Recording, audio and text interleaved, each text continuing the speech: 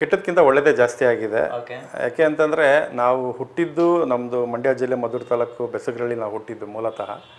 But ಬಾಲ್ಯದಲ್ಲೇ ನಾವು ಬೆಂಗಳೂರಿಗೆ ಬಂದುಬಿಟ್ವಿ, ತಂದೆ ವ್ಯಾಪಾರಸ್ಥರಾದ ಕಾರಣ. ನಮ್ಮ ಓದಿದ್ದು ಬೆಳೆದಿದ್ದು ಎಲ್ಲ ಇದೆ ಬೆಂಗಳೂರು, ಇದೆ ರಾಜಾಜಿನಗರದಲ್ಲೇ. ಆಲ್ಮೋಸ್ಟ್ ಸ್ಟಾರ್ಗಳಿಂದ ಹಿಡಿದು ಹೊಸಬ್ರ ತನಕ ಎಲ್ಲ ಸಿನಿಮಾ ಮಾಡಿದ್ದೀನಿ. ಕಬ್ಜಾ ಇರ್ಬೋದು, ಅಂಬಿನಿಂಗ್ ವಯಸ್ಸಾಯಿತು ಇರ್ಬೋದು, ಅಥವಾ ಕೆಲವೊಂದು ದೊಡ್ಡ ಮನೆ ಹುಡುಗ ಕೆಲವೊಂದು ಸೆಂಟ್ರ್ಗಳು ಹಾಕಿದ್ವಿ, ಜೋಗಾಯಿ ಹಾಕಿದ್ವಿ. ಇನ್ನೂ ಬೇರೆ ಬೇರೆ ಸಿನಿಮಾಗಳು ತುಂಬ ಮಾಡಿದ್ದೀವಿ. ಹೊಸಬ್ರು ಸಿನಿಮಾಗಳನ್ನ ಮಾಡಿದ್ದೀನಿ. ತೆಲುಗು ಸಾಹೋ ನಾವು ಪಾರ್ಟ್ನರ್ಶಿಪ್ಪಲ್ಲಿ ತಂದ್ವಿ. ಆಮೇಲೆ ಮಮ್ಮೀಸ್ ಬ್ಯಾಕ್ ಇಂಗ್ಲೀಷ್ ಮಾಡಿದ್ವಿ, ತಮಿಳ್ ಸಿಂಡ್ರಲ್ಲ ಮಾಡಿದ್ವಿ, ತೆಲುಗು ಭಗವಾನ್ ಬಕಲ ತುಂಬ ಸಿನಿಮಾಗಳನ್ನ ಮಾಡಿದ್ದೀವಿ ಸರ್.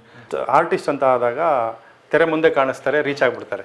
ಇವತ್ತು ನಿಮಗೆ 1000 ಕೋಟಿ ಒಬ್ಬ ಬಿಸ್ನೆಸ್ ಮ್ಯಾನ್ ಇರ್ತಾನೆ, ಅವನೊಂದು ದೊಡ್ಡ ಕಾರಲ್ಲಿ ಬಂದು ಇಳಿದು ಸ್ವಲ್ಪ ಸೆಕ್ಯೂರಿಟಿ ಅದು ಇದೆಲ್ಲ ಬಂದಾಗ ಯಾರೋ VIP ಬಂದ ಅಂತ ಹೇಳ್ತಾರೆ. ಅದೇ ನಮ್ದೇನಾದ್ರು ತೆರೆ ಹಿಂದೆ ಮಾಡೋ ಕೆಲಸ. ನಮ್ಮದು ಥ್ಯಾಂಕ್ಲೆಸ್ ಜಾಬ್ ಡಿಸ್ಟ್ರಿಬ್ಯೂಟರ್ ಅಂತ ಅಂದರೆ.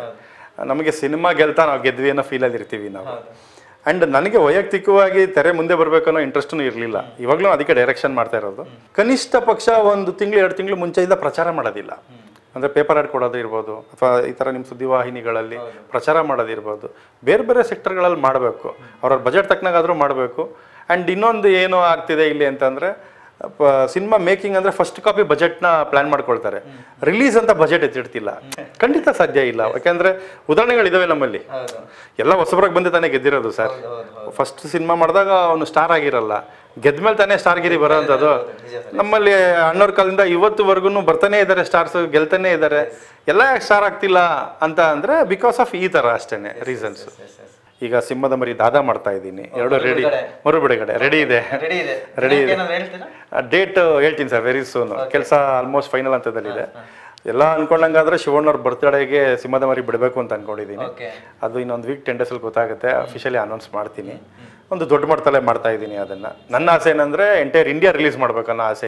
ಗೊತ್ತಿಲ್ಲದೆ ನಾವು ಆ ಸಿನಿಮಾನ ಯಾವುದೋ ಕಾರಣಕ್ಕೆ ನಮ್ಗೆ ಇಷ್ಟ ಆಗಿಲ್ಲ ಅನ್ನೋ ಕಾರಣಕ್ಕೆ, ಅಥವಾ ನಮ್ಗೆ ಆಗದೇ ಇರೋರು ಇದ್ದಾರೆ ಅನ್ನೋ ಕಾರಣಕ್ಕೆ ನೆಗೆಟಿವ್ ಮಾಡೋದನ್ನ ಮಾತಾಡೋದನ್ನ ಬಿಟ್ಟುಬಿಟ್ಟು ಸಪೋರ್ಟ್ ಮಾಡಿ. ಕನ್ನಡಿಗರು 100% ಸಪೋರ್ಟ್ ಮಾಡೇ ಮಾಡ್ತಾರೆ.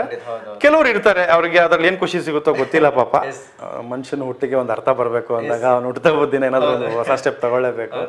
ನಾವು ಅದನ್ನು ತುಂಬ ವರ್ಷಗಳಿಂದ ಮಾಡ್ಕೊಂಡು ಬಂದಿದ್ದೀವಿ. ಎಲ್ಲರೂ ಬರ್ತಡೇ ದಿನ ಸಂಭ್ರಮ ಮಾಡಿದ್ರೆ ನಾನು ಎಕ್ಸ್ಟ್ರಾ 1-2 ಅವರ್ ಕೆಲಸ ಮಾಡಬೇಕು ಅಂತ ಇಷ್ಟಪಡ್ತೀನಿ. ಸೊ ಈ ನಿಟ್ಟಿನಲ್ಲಿ ನಿಮ್ಗೆ ಈಗಾಗಲೇ ಹೇಳ್ದಂಗೆ ದ ಪ್ರಿಕ್ವೆಲ್ ಆಫ್ ಜನ ಶೂಟ್ಗೆ ಹೋಗ್ತಾ ಇದೆ. ಜೊತೆಗೇನೆ ಕನ್ನಡ ತುಳು ಬೈಲಿಂಗ್ವಲ್ ಒಂದು ಸಿನಿಮಾ ಮಾಡ್ತಾ ಇದ್ದೀವಿ. ಟೈಟಲ್ ರಿಜಿಸ್ಟರ್ ಆಗಿದೆ, ಅಫಿಷಿಯಲಿ ಅನೌನ್ಸ್ ಮಾಡ್ತೀನಿ. ಡಿಸೈನ್ ಕೆಲಸ ನಡೀತಿದೆ. ಸುದ್ದಿ ಮನೆಯ ಎಲ್ಲ ವೀಕ್ಷಕರಿಗೆ ನಮಸ್ಕಾರ. ವೀಕ್ಷಕರ, ಇವತ್ತಿನ ನಮ್ಮ ಈ ಒಂದು ವಿಶೇಷವಾದ ಸಂಚಿಕೆಯಲ್ಲಿ ಒಬ್ಬರು ವಿಶೇಷವಾದ ಗೆಸ್ಟ್ ಇದ್ದಾರೆ. ಸೊ ಅವ್ರು ಯಾರಂತ ಮಾತಾಡಿಸ್ತಾ ಹೋಗ್ತೀನಿ. ಈ ಎಪಿಸೋಡನ್ನು ಪೂರ್ತಿ ನೋಡಿ, ಸೊ ಅವ್ರು ಯಾರಂತ ಗೊತ್ತಾಗುತ್ತೆ. ಯಾಕಂದರೆ ಅವರ ಸೇವೆ ನಮ್ಮ ಕನ್ನಡ ಚಿತ್ರರಂಗದಲ್ಲಿ ಬಹುದೊಡ್ಡ ಒಂದು ಪಾಲು ಅಂತಲೇ ಹೇಳ್ಬೋದು. ಯಾಕಂದರೆ ಸಾಕಷ್ಟು ಸಿನಿಮಾಗಳನ್ನು ಅವರು ವಿತರಣೆ ಮಾಡಿರುವಂಥದ್ದು. ಈಗ ಸದ್ಯಕ್ಕೆ ನಿರ್ದೇಶಕರ ಟೋಪಿಯನ್ನು ತೋರ್ತಿದ್ದಾರೆ. ಸೊ ಹಾಗಾಗಿ ಸೊ ಅವ್ರನ್ನ ಮಾತಾಡ್ಸ್ತಾ ಹೋಗ್ತೀನಿ. ಈ ಒಂದು ಎಪಿಸೋಡ್ನ ಫುಲ್ ನೋಡಿದ್ರೆ ಗೊತ್ತಾಗುತ್ತೆ ಸೊ ಅವ್ರು ಯಾರು ಅಂತ ಹೇಳಿ. ಸರ್ ನಮಸ್ತೆ. ನಮಸ್ತೆ, ಹೇಗಿದ್ದೀರಿ ಸರ್? First class. ತಾವಾಗಿದ್ದೀರಿ? ಚೆನ್ನಾಗಿದ್ದೀನಿ ಸರ್. ಸಿಂಪಲ್ ಆಗಿ ನಿಮ್ದೊಂದು ಚಿಕ್ಕದಾಗ ಒಂದು ನಿಮ್ಮ ಒಂದು ಇಂಟ್ರೊಡಕ್ಷನ್ ಹೇಳಿದಾದ್ರೆ. ಓಕೆ, ಎಲ್ರಿಗೂ ನಮಸ್ಕಾರ. ಸುದ್ದಿವಾಹಿನಿ ವೀಕ್ಷಕರು ಎಲ್ರಿಗೂ ನನ್ನ ಹೆಸರು ಚಂದನ್ ಕುಮಾರ್ ಅಂತ. ಗಾಂಧಿನಗರದಲ್ಲಿ ಅಥವಾ ನಮ್ಮ ಕನ್ನಡ ಚಿತ್ರರಂಗದಲ್ಲಿ ವಿತರಕನಾಗಿ ನಾನು ಕೆಲಸ ನಡೆಸ್ತಾ ಇದ್ದೀನಿ. ಒಂದು 40 ಸಿನಿಮಾಗಳಿಗಿಂತ ಹೆಚ್ಚಾಗಿ ನಾನು ಸಿನಿಮಾನ ವಿತರಣೆ ಮಾಡಿದ್ದೀನಿ. ಕನ್ನಡ, ತೆಲುಗು, ತಮಿಳ್, ಹಿಂದಿ, ಇಂಗ್ಲೀಷ್ ಸಮೇತ ನಾನು ಮಾಡಿದ್ದೀವಿ. ಅದರಲ್ಲಿ ದೊಡ್ಡ ಸ್ಟಾರಿಂದ ಹಿಡಿದು ಹೊಸಬ್ರ ತನಕ ಎಲ್ಲ ಸಿನಿಮಾಗಳನ್ನೂ ನಾನು ಮಾಡ್ತಾ ಬಂದಿದ್ದೀನಿ.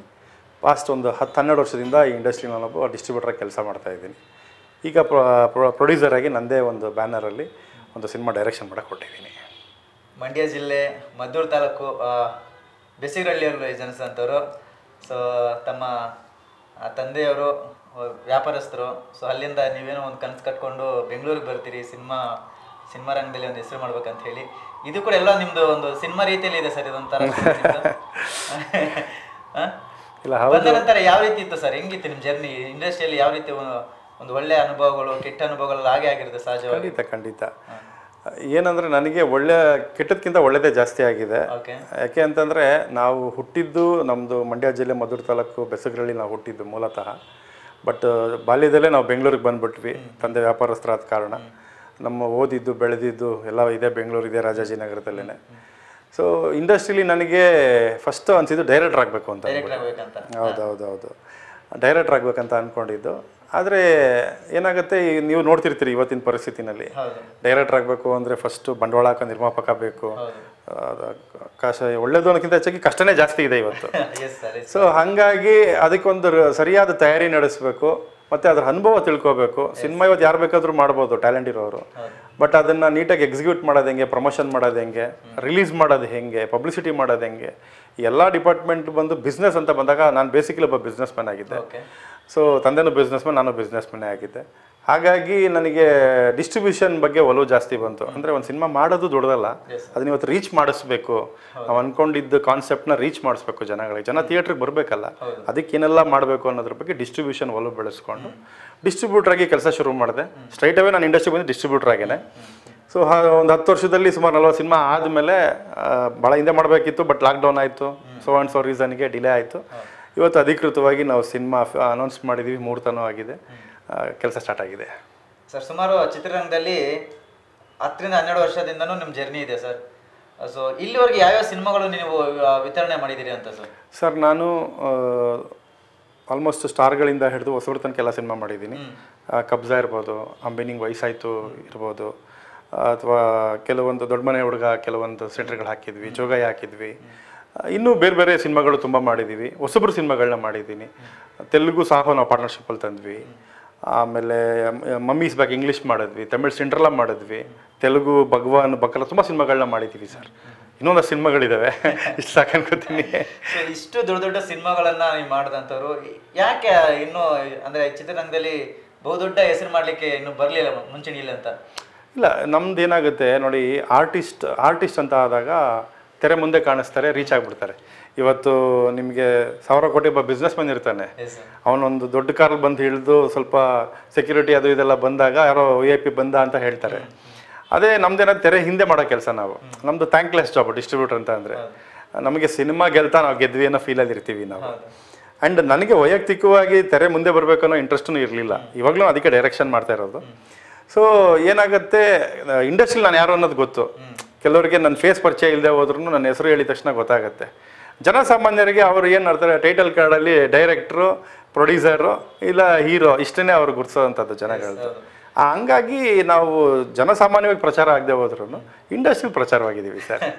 Super sir. ಸರ್ ಹಾಗಾದರೆ ಈ ವಿತರಕರ ಒಂದು ಕೆಲಸ ಇದೆಲ್ಲ ತುಂಬ ದೊಡ್ಡ ಜವಾಬ್ದಾರಿಯಾದಂಥ ಕೆಲಸ. ಯಾಕಂದರೆ ಲಕ್ಷಾಂತರ ರೂಪಾಯಿ ಇನ್ವೆಸ್ಟ್ ಮಾಡಿರ್ತೀರಿ, ಎಲ್ಲೋ ಒಂದು ಕಡೆ ನೀವು ಅಂದ್ಕೊಂಡು ಸಿನಿಮಾಗಳು ಹೋಗಿರಲ್ಲ. ಸೊ ಈ ಥರದ್ದೆಲ್ಲ ಕಹಿ ಘಟನೆಗಳು ಸಾಮಾನ್ಯವಾಗಿ ಆಗಿರುತ್ತೆ. ಸೊ ಆ ಥರದ್ದೆಲ್ಲ ಘಟನೆಗಳ ಬಗ್ಗೆ ಹೇಳೋದಾದ್ರೆ, ಸೊ ಆ ಥರದ್ದು ಆಗಿದೆಯಾ ಅಂತ ನಿಮ್ಮ ಲೈಫ್? ಸರ್, ವ್ಯಾಪಾರ ಅಂದಮೇಲೆ ಅಪ್ ಆ್ಯಂಡ್ ಡೌನ್ಸ್ ಇದ್ದೇ ಇರುತ್ತೆ. ಸಮ್ಟೈಮ್ಸ್ ನಾವು ಎಕ್ಸ್ಪೆಕ್ಟ್ ಮಾಡಿರಲ್ಲ, ಸಿನಿಮಾ ಏನೋ ಅಂದ್ಕೊಂಡು ತಂದಿರ್ತೀವಿ, ಅದು ಹೋಗ್ಬಿಡುತ್ತೆ. ಏನೋ ಅಂದ್ಕೊಳ್ದಿರೋ ಸಿನಿಮಾನು ಗೆದ್ದುಬಿಡುತ್ತೆ. ಬಟ್ ನಮ್ಮ ಒಂದು ಅನುಭವದಲ್ಲಿ ನಾವೇನು ಮಾಡ್ತೀವಿ, ಒಂದಷ್ಟು ಪ್ರೋಸೆಸ್ ಮಾಡ್ತೀವಿ, ಒಂದು ಚಾರ್ಟ್ ಹಾಕ್ತೀವಿ, ಒಂದು ಸೆಂಟ್ರ್ಗಳನ್ನ ಡಿವೈಡ್ ಮಾಡ್ತೀವಿ. ಓಕೆ, ನಾವು ಒಂದಿಷ್ಟು ಕೋಟಿಯಾಗಿ ಸಿನಿಮಾ ತಂದರೆ ಅದು ನಮ್ಗೆ ಇಷ್ಟು ಕವರ್ ಆಗುತ್ತೆ, ಇಷ್ಟು ಅಡ್ವಾನ್ಸ್ ತೆಗೆಯೋ ಲೆಕ್ಕಾಚಾರದಲ್ಲಿ ನಾವು ಬಿಸ್ನೆಸ್ ಮಾಡ್ತೀವಿ. ಅದಕ್ಕೆ ಮೀರಿ ಒಂಥರ ಜೂಜಾಡ್ದಂಗೂ ಇರುತ್ತೆ ಈ ಫೀಲ್ಡಲ್ಲಿ. ಸಮ್ಟೈಮ್ಸ್ ಅಪ್ ಆ್ಯಂಡ್ ಡೌನ್ಸು ಇರುತ್ತೆ. ಬಟ್ ನಮಗೆ ಕಹಿಗಿಂತ ಹೆಚ್ಚಾಗಿ ಸಿಹಿನೇ ಸಿಕ್ಕಿದೆ, ಅದ್ರಲ್ಲಿ ಆಶದಲ್ಲಿ ಲಕ್ಕಿ ನಾನು ಅಷ್ಟೇ.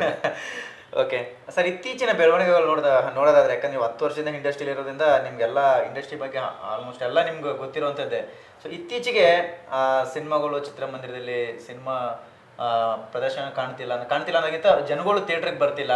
ಹೆಚ್ಚಾಗಿ ಸಿನಿಮಾಗಳು 1 ವಾರ ಸಿನಿಮಾ ಥಿಯೇಟ್ರಲ್ಲಿ ಇಲ್ಲದೆ ತುಂಬ ಕಷ್ಟ ಆಗಿದೆ. ಸೊ ಇದಕ್ಕೆಲ್ಲ ಏನು ಕಾರಣ ಇರ್ಬೋದು ಅಂತ ನೀವು ವಿತರಕರಾಗಿರೋದು ನಿಮ್ಗೆ ತುಂಬ ಚೆನ್ನಾಗಿ ಗೊತ್ತಿರುತ್ತೆ ಇದ್ರ ಬಗ್ಗೆ. ಹೌದು ಸರ್, ಏನಾಗುತ್ತೆ, ಎಲ್ಲ ಕಾಲದಲ್ಲೂ ಪ್ಲಸ್ ಮೈನಸ್ ಇದ್ದಿದ್ದೇನೆ. ಹಿಂದೆ ಏನಾಗಿತ್ತು, ಸ್ವಲ್ಪ ಹಿಂದೋಗಿ ಮಾತಾಡೋದಾದರೆ, ನಾವು ಇಂಡಸ್ಟ್ರಿಗೆ ಬರೋಕ್ಕೆ ಮುಂಚೆಯಿಂದ ಅಣ್ಣವ್ರ ಕಾಲದೆಲ್ಲ ಮಾತಾಡೋದಾದರೆ, ಅವತ್ತು ಎಂಟರ್ಟೈನ್ಮೆಂಟ್ ಅಂದರೆ ಬರೀ ಥಿಯೇಟ್ರೇ ಇತ್ತು, ನಾಟಕ ಇತ್ತು. ಇವತ್ತು ಮೊಬೈಲಲ್ಲಿ ಪ್ರಪಂಚ ಸಿಗ್ತಾ ಇದೆ. ಹಾಗಾಗಿ ಜನಗಳಿಗೆ ಆಪ್ಷನ್ ಸಿನಿಮಾ ನೋಡೋದು ಎಲ್ಲೋ ಒಂದು ಕಡೆ. ನಾನು ಯಾಕೆ ನೋಡಬೇಕು, ಅದಕ್ಕೆ ನಾನಾ ಕಾರಣ ಇರುತ್ತೆ. ಗೆಲ್ಲೋದಕ್ಕೆ ಒಂದು ಕಾರಣ ಆದರೆ ಚೆನ್ನಾಗಿತ್ತು ಸಿನಿಮಾ ಅನ್ನೋದು ಬಿಟ್ಟರೆ, ಸೋಲೋದಕ್ಕೆ ಸಾವಿರಾರು ಕಾರಣ ಸಿಗುತ್ತೆ. ಜನ ಥಿಯೇಟ್ರಿಗೆ ಬರ್ತಾ ಇಲ್ಲ ಅಂತ ಅಂದರೆ ತುಂಬ ಕಾರಣಗಳನ್ನ ಕೊಡಬಲ್ಲೆ ನಾನು. ಅದರಲ್ಲಿ ಮೊದಲನೇದಾಗಿ ಒಂದು ಟಿಕೆಟ್ ಪ್ರೈಸ್ ಇರ್ಬೋದು, ಅತ್ಯಂತ ದುಬಾರಿ ಇದೆ, ಎಸ್ಪೆಷಲಿ ನಮ್ಮ ಕರ್ನಾಟಕದಲ್ಲಿ. ಅದನ್ನು ಹೊರತುಪಡಿಸಿ ಏನಾಗ್ತಿದೆ, ಇವತ್ತು ವರ್ಷಕ್ಕೆ ನಮ್ಮ ಕನ್ನಡ ಇಂಡಸ್ಟ್ರಿಲಿ ಒಂದು 200-250 ಸಿನಿಮಾ ಬರುತ್ತೆ. ಅದರಲ್ಲಿ 1, 2, 3 ಅಂತ ನಾವು ಡಿವೈಡ್ ಮಾಡ್ತೀವಿ. ಸ್ಟಾರ್ಗಳದು ಅಥವಾ ಒಂದು ಒಳ್ಳೆ ಪ್ರೊಡಕ್ಷನ್ದು, ಇವೆಲ್ಲ ನಿಮಗೆ ಒಂದು 20-25 ಸಿನಿಮಾ ಬಂದರೆ ಹೆಚ್ಚು ವರ್ಷಕ್ಕೆ. ಅದೇ ಇನ್ನು ಬರ್ತಾ ಇರೋದೆಲ್ಲ ಹೊಸಬ್ರದ್ದೇನೆ. ಇಲ್ಲಿ ಏನಾಗ್ತಿದೆ, ಅವ್ರಿಗೆ ನಾಲೆಡ್ಜ್ ತುಂಬ ಕಮ್ಮಿ ಇದೆ ಹೊಸಬ್ರಿಗೆ. ಮತ್ತು ಕೆಲವರು ಪ್ರಿಪೇರ್ ಆಗಿರೋದಿಲ್ಲ, ಇಲ್ಲ ಅವ್ರದ್ದೇ ಏನೋ ಒಂದು ರೀಸನ್ಗೆ ಸಿನಿಮಾ ಮಾಡಿರ್ತಾರೆ, ಕ್ವಾಲಿಟಿ ಆಫ್ ಮೇಕಿಂಗ್ ಇರೋದಿಲ್ಲ. ಅಥವಾ ಕಂಟೆಂಟ್ ಇರೋದಿಲ್ಲ, ಎಲ್ಲ ಚೆನ್ನಾಗಿ ಮಾಡ್ಕೊಂಡು ಬಂದಿರ್ತಾರೆ, ಪ್ರಚಾರ ಮಾಡೋದಿಲ್ಲ. ನೂರಾರು ಕಾರಣಗಳಿಗೆ ಜನಗಳಿಗೆ ಸಿನಿಮಾ ರೀಚ್ ಆಗಲ್ಲ. ಈಗ 1000 ಜನ ಸೇರಿ ಮಾಡೋ ಒಂದು ಮದುವೆಗೇನೆ 2 ತಿಂಗಳು ಮುಂಚೆಯಿಂದ ಇನ್ವಿಟೇಷನ್ ಕೊಡ್ತಾರೆ. ಅಂಥದ್ರಲ್ಲಿ ಇಡೀ ಕರ್ನಾಟಕದಲ್ಲಿ ನಾವು ಸಿನಿಮಾ ರಿಲೀಸ್ ಮಾಡ್ತೀವಿ 100 ಥಿಯೇಟ್ರಲ್ಲಿ ಅಂದರೆ ಕನಿಷ್ಠ ಪಕ್ಷ 1 ತಿಂಗಳು 2 ತಿಂಗಳು ಮುಂಚೆಯಿಂದ ಪ್ರಚಾರ ಮಾಡೋದಿಲ್ಲ. ಅಂದರೆ ಪೇಪರ್ ಆ್ಯಡ್ ಕೊಡೋದು ಇರ್ಬೋದು, ಅಥವಾ ಈ ಥರ ನಿಮ್ಮ ಸುದ್ದಿವಾಹಿನಿಗಳಲ್ಲಿ ಪ್ರಚಾರ ಮಾಡೋದಿರ್ಬೋದು, ಬೇರೆ ಬೇರೆ ಸೆಕ್ಟರ್ಗಳಲ್ಲಿ ಮಾಡಬೇಕು. ಅವ್ರ ಬಜೆಟ್ ತಕ್ಕನಾಗಾದರೂ ಮಾಡಬೇಕು. ಆ್ಯಂಡ್ ಇನ್ನೊಂದು ಏನು ಆಗ್ತಿದೆ ಇಲ್ಲಿ ಅಂತಂದರೆ, ಸಿನಿಮಾ ಮೇಕಿಂಗ್ ಅಂದರೆ ಫಸ್ಟ್ ಕಾಪಿ ಬಜೆಟ್ನ ಪ್ಲ್ಯಾನ್ ಮಾಡ್ಕೊಳ್ತಾರೆ, ರಿಲೀಸ್ ಅಂತ ಬಜೆಟ್ ಎತ್ತಿಡ್ತಿಲ್ಲ, ಅದನ್ನು ಕೌಂಟ್ ಆಗುತ್ತೆ. ಸೊ ಈ ಥರ ತುಂಬ ಕಾರಣಗಳಿಂದ ಸಿನಿಮಾಗಳು ಹಿನ್ನಡೆ ಆಗ್ತಿದೆ ಸರ್. ಸರ್ ಅಂದರೆ ಈ ಥರ ನೀವು ಹೇಳ್ದಂಗೆ ತುಂಬ ಮೈನಸ್ಗಳಿದೆ. ಯಾಕಂದರೆ ಹೊಸೊಬ್ರಿಗಿತ್ತು ಐಡಿಯಾಗಳಿರಲ್ಲ, ಕೆಲವರು ಒಳ್ಳೆ ಕಂಟೆಂಟ್ ಇರುತ್ತೆ, ಅವ್ರಿಗೆ ಪ್ರಚಾರ ಮಾಡುವಂಥ ಪ್ಲ್ಯಾನ್ಸ್ಗಳೆಲ್ಲ ಒಂದು ಕಡೆ ಕಮ್ಮಿ ಇರುತ್ತೆ ಅಂತ ಹೇಳಿದ್ರಿ. ಸೊ ಏನು ಮಾಡ್ಬೇಕಂದ್ರೆ ಹೊಸೊಬ್ರೆಲ್ಲ ಏನು ಹೇಳಕ್ಕೆ ಇಷ್ಟಪಡ್ತೀರ, ಯಾವ ರೀತಿ ಹೇಳ್ತೀರಿ ಅವ್ರಿಗೆ ಅಂತ? ಸರ್ ಅದಕ್ಕೆ ನಾನು ಈ ತರ ಇರೋದ್ರಿಂದ ಒಳ್ಳೆ ಸಿನಿಮಾಗಳೆಲ್ಲ ಮಾಯವಾಗ್ತಿದೆ. ಖಂಡಿತ ಅದೇ ಹೇಳೋದು. ಏನಾಗ್ತಿದೆ ಅಂತಂದರೆ ನೋಡಿ, ಜನಗಳು ಎಂಟರ್ಟೈನ್ಮೆಂಟ್ನ ಬಯಸ್ತಾರೆ. ಪ್ರತಿದಿನ ಒಂದಲ್ಲ ಒಂದು ರೀತಿಯಲ್ಲಿ ಒಂದಲ್ಲ ಒಂದು ಪ್ಲ್ಯಾಟ್ಫಾರ್ಮಲ್ಲಿ ಸಿನಿಮಾ ನೋಡ್ತಾರೆ. ಮೊಬೈಲಲ್ಲೋ ಟಿ ವಿಲೋ ಥಿಯೇಟ್ರಲ್ಲೋ ಜನ ಸಿನಿಮಾ ನೋಡೋದನ್ನು ಕಮ್ಮಿ ಮಾಡಿಲ್ಲ. ಇಲ್ಲಿ ಏನಾಗ್ತಿದೆ, ಥಿಯೇಟ್ರಿಗೆ ಬರಬೇಕು ಅಂದರೆ ಫಾರ್ ಎಕ್ಸಾಂಪಲ್ ಅದ್ಭುತವಾಗಿ ಪ್ರಚಾರ ಮಾಡಿರ್ತಾನೆ, ಬಂದು ನೋಡಿದಾಗ ಕಂಟೆಂಟ್ ಏನೂ ಇರೋದಿಲ್ಲ, ಅದೇ ಕೊಟ್ಟ ಕಾಸಿಗೆ ಮೋಸ. ಯಾಕೆಂದರೆ ಪ್ರೇಕ್ಷಕನೇ ಅವನೇ ಅಲ್ಟಿಮೇಟ್. ಅವನು ಜೈ ಅಂದರೆ ಜೈ, ಇಲ್ಲ ಅಂದರೆ ಅಷ್ಟೇ ಕತೆ ಅದು. ಸೊ ಹಾಗಾಗಿ ಅವನ್ನ ಗೆಲ್ಲಬೇಕು. ಮತ್ತು ಕೆಲವರು ತುಂಬ ಅದ್ಭುತವಾಗಿ ಪ್ಲ್ಯಾನ್ ಮಾಡ್ಕೊಂಡು ಸಿನಿಮಾ ಮಾಡಿರ್ತಾರೆ, ರೀಚ್ ಆಗೋಕ್ಕಾಗೋದಿಲ್ಲ. ಪ್ಲಸ್ ಮೈನಸ್ ಎರಡೂ ನಮ್ಮಲ್ಲೇ ಇದೆ. ಎಂಡ್ ಆಫ್ ದಿ ಡೇ ಒಂದು ಹೆಂಗೆ ಅಂದರೆ, ಒಂದು ಗುಡ್ ರೆಸಿಪಿ ಮಾಡ್ದಂಗೆ, ನಾನು ಸ್ವೀಟ್ ಮಾಡ್ತೀವಿ ನಾವು, ಎಲ್ಲ ಪ್ರಿಪೇರ್ ಮಾಡಿಬಿಟ್ಟು ಚೆನ್ನಾಗಿ ಎಲ್ಲ ಹಾಕ್ಬಿಟ್ಟು, ದ್ರಾಕ್ಷಿ ಗೋಡಂಬಿ ತುಪ್ಪ ಎಲ್ಲ ಹಾಕ್ಬಿಟ್ಟು ಅದನ್ನು ನಾವು ಒಂದು ಒಳ್ಳೆ ಪ್ಲೇಟಲ್ಲಿ ಕೊಟ್ಟರೆ ಅದು ಇಷ್ಟ ಆಗುತ್ತೆ, ಸವಿತೀವಿ. ಅದೇ ಒಂದು ನ್ಯೂಸ್ ಪೇಪರ್ಲ್ಲಿ ಹಾಕೊಟ್ರೆ ಏನಯ್ಯ ಇಷ್ಟು ಗಲೀಜಾಗಿ ಕೊಟ್ಟು ಬಿಟ್ಬಿಡ್ತೀವಿ. ಸೊ ಒಂದು ಎಕ್ಸಾಂಪಲ್ ಅಷ್ಟೇ ಇದು. ಸೊ ಈ ರೀತಿಯಾಗಿ ಈ ಜನಗಳಿಗೆ ಎಜುಕೇಷನ್ ಬೇಕಾಗಿದೆ, ಅಂದರೆ ಸಿನಿಮಾ ಎಜುಕೇಷನ್ ಬೇಕಾಗಿದೆ. ನಾವು ಇಂಡಸ್ಟ್ರಿ ಡೈರೆಕ್ಟರ್ ಆಗಬೇಕಾ, ಇಲ್ಲ ಪ್ರೊಡ್ಯೂಸರ್ ಆಗಬೇಕಾ, ಪ್ರೊಡಕ್ಷನ್ ಮಾಡಬೇಕಾ, ಅದಕ್ಕೆ ಒಂದಷ್ಟು ಹೋಮ್ವರ್ಕ್ ಮಾಡಬೇಕು. ಒಂದು ಯಾವುದಾದ್ರು ಒಂದು ಟೀಮ್ ಜೊತೆ ಸೇರ್ಕೋಬೇಕು. ಇವತ್ತು ತುಂಬ ವೇಗಳಿದ್ದಾವೆ, ತುಂಬ ಪ್ರೊಡಕ್ಷನ್ ಹೌಸ್ಗಳಿದೆ, ಕೆಲಸ ಈಸಿಯಾಗಿ ಸಿಗ್ತಾ ಇದೆ. ಇವತ್ತು ಮುಂಚೆ ಎಲ್ಲ ಕಷ್ಟ ಇತ್ತು, ಇವಾಗ ತುಂಬ ಈಸಿಯಾಗಿದೆ. ಸೊ ಅವನು 1 ವರ್ಷ 2 ವರ್ಷ ಟ್ರೈನ್ಡ್ ಆಗಿ, ಓಕೆ ನಾನು ಈ ಥರ ಕತೆ ಮಾಡ್ತೀನಿ, ಇದಕ್ಕೆ ಹೋಮ್ವರ್ಕ್ ಮಾಡ್ತೀನಿ, ಈ ಬಜೆಟಲ್ಲಿ ಮಾಡ್ತೀನಿ, ಆ ಪ್ಲ್ಯಾನ್ಡ್ ಹಾಕ್ಕೊಂಡು ನೀಟಾಗಿ ಬಂದಾಗ 100% ನನಗಿರೋ ಕಾನ್ಫಿಡೆನ್ಸಲ್ಲಿ ಹೇಳೋದಾಯಿತು ಅಂದರೆ, ಅಥವಾ ವೈಯಕ್ತಿಕವಾಗಿ ಹೇಳೋದಾಯಿತು ಅಂದರೆ ಸೋಲಾಗಕ್ಕೆ ಸಾಧ್ಯ ಇಲ್ಲ ಸರ್. ಖಂಡಿತ ಸಾಧ್ಯ ಇಲ್ಲ. ಯಾಕೆಂದರೆ ಉದಾಹರಣೆಗಳಿದ್ದಾವೆ ನಮ್ಮಲ್ಲಿ. ಎಲ್ಲ ಹೊಸಬ್ರಾಗಿ ಬಂದು ತಾನೇ ಗೆದ್ದಿರೋದು ಸರ್. ಫಸ್ಟ್ ಸಿನಿಮಾ ಮಾಡಿದಾಗ ಅವನು ಸ್ಟಾರ್ ಆಗಿರಲ್ಲ, ಗೆದ್ದ ಮೇಲೆ ತಾನೇ ಸ್ಟಾರ್ಗಿರಿ ಬರೋವಂಥದ್ದು. ನಮ್ಮಲ್ಲಿ ಅಣ್ಣವ್ರ ಕಾಲದಿಂದ ಇವತ್ತುವರೆಗೂ ಬರ್ತಾನೆ ಇದ್ದಾರೆ ಸ್ಟಾರ್ಸ್, ಗೆಲ್ತಾನೆ ಇದ್ದಾರೆ. ಎಲ್ಲ ಸ್ಟಾರ್ ಆಗ್ತಿಲ್ಲ ಅಂತ ಅಂದರೆ ಬಿಕಾಸ್ ಆಫ್ ಈ ಥರ ಅಷ್ಟೇ ರೀಸನ್ಸ್. ನೋಡಿ ಸರ್, ಹೆಂಗಂದ್ರೆ ಇತ್ತೀಚೆಗೆ ರಿಲೀಸ್ ಆಗ್ತಿರ್ತಕ್ಕಂಥ ಸಿನಿಮಾಗಳಿಗೆ ಜನಗಳು ಬರ್ತಿಲ್ಲ. ಅದೇ ಮರು ಬಿಡುಗಡೆ ಆಗ್ತಿರ್ತಕ್ಕಂಥ ಸಿನಿಮಾಗಳಿಗೆ ಜನ ಮುಗಿಬಿದ್ದು ಬರ್ತಿದ್ದಾರೆ. ಸೊ ಎಕ್ಸಾಂಪಲ್ ನೋಡಿ, ಅಂದ್ರೆ ಒಂದು ಒಳ್ಳೆ ಕಂಟೆಂಟ್ ಇದ್ರೆ ಖಂಡಿತ ಜನ ಬರ್ತಾರೆ ಅಂತ ಅರ್ಥನಲ್ವಾ? ಹೌದು ನಾವೇ ಮಾಡಿದೀವಲ್ಲ. ನೀವು ಅದನ್ನೇ ಪಾಯಿಂಟ್ ಹಿಡ್ಕೊಂಡು ಹೇಳಿದ್ರಿ. ನಾನು 2017 2 ಕನಸು ರಿಲೀಸ್ ಮಾಡಿದೆ ನೋಡಿ. ಉದಾಹರಣೆಗೆ 2 ಕನಸು ಅಂದರೆ ಜನಗಳ ಮನಸ್ಸಲ್ಲಿ ಇರೋದು ಅಣ್ಣವ್ರದ್ದೊಂದು ಸೂಟು, ಒಂದು ಬುಕ್, ಪ್ರೊಫೆಸರ್ ಲುಕ್. ಅದು ನಾನು ಇವತ್ತಿನ ಜನ್ರೇಷನ್ಗೆ ಪ್ಲ್ಯಾನ್ ಮಾಡಿ ಕಟ್ಔಟ್ ಸಮೇತ ಚೇಂಜ್ ಮಾಡಿದ್ದೆ ನಾನು. ಅಂದರೆ ಲ್ಯಾಂಬ್ರಡಾದಲ್ಲಿ ಬರೋ ಅಂಥ ಕಟ್ಔಟ್ನ ನಾನು ಹಾಕ್ಸಿದ್ದೆ. ಅದು ಪ್ರಚಾರ ಏನು ಬೇಕು ಅದನ್ನು ಮಾಡಿಸಿದ್ದೆ. ತಗೊಂಡ್ರು ಜನ, ಅಕ್ಸೆಪ್ಟ್ ಮಾಡಿದ್ರು, ಖುಷಿ ಆಯಿತು, ನಮಗೆ ಲಾಭನೂ ಬಂತು. ಅದಾದಮೇಲೆ ಸಹೋದರರ ಸವಾಲ್ ವಿಷ್ಣುವರ್ಧನ್ ಅವ್ರದ್ದು ಮಾಡಿದ್ವಿ. ಈಗ ಸಿಂಹದ ಮರಿ ದಾದಾ ಮಾಡ್ತಾ ಇದ್ದೀನಿ, 2 ರೆಡಿ, ಮರು ಬಿಡುಗಡೆ ರೆಡಿ ಇದೆ. ಡೇಟ್ ಹೇಳ್ತೀನಿ ಸರ್, ವೆರಿ ಸೂನ್. ಕೆಲಸ ಆಲ್ಮೋಸ್ಟ್ ಫೈನಲ್ ಹಂತದಲ್ಲಿದೆ. ಎಲ್ಲ ಅನ್ಕೊಂಡಂಗಾದ್ರೆ ಶಿವಣ್ಣವ್ರ ಬರ್ತ್ಡೇಗೆ ಸಿಂಹದ ಮರಿ ಬಿಡಬೇಕು ಅಂತ ಅನ್ಕೊಂಡಿದ್ದೀನಿ.